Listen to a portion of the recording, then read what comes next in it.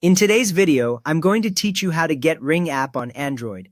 By the end, you will have Ring installed and ready to sign in on your phone. First, open the Google Play Store. On most Android phones, you will see the Play Store icon on your home screen or in your app drawer. When you tap it, the Play Store will open to the main page, with a search bar at the top and different app suggestions below. Now, we will search for the Ring app. At the top, tap the search bar and type Ring Always Home. Then tap the search button on your keyboard. After a moment, you will see a list of results appear, usually with the official Ring app near the top. A beginner tip here: if you ever mistype the name, you can tap the search bar again and correct it without starting over. From there, you need to make sure you pick the correct app. Look for the one named Ring Always Home, and check that the developer listed under the name is Ring Protect Inc. This developer name confirms you are getting the official Ring app that works with Ring video doorbells, security cameras, and Ring alarm.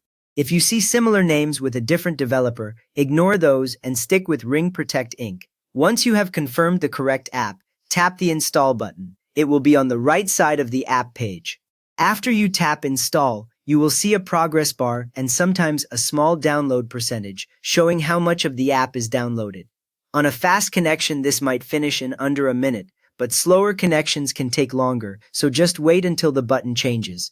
When the app is fully installed, the Install button will switch to an Open button, which tells you the download worked. With the installation complete, tap Open. This will launch the Ring app for the first time.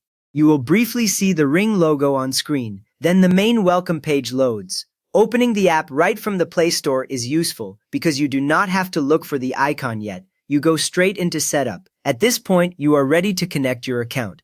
On the welcome screen, choose whether to sign into your existing Ring account or create a new account. If you already have Ring devices set up, tap Sign In and enter the same email and password you used before. Your doorbells and cameras will appear after you sign in.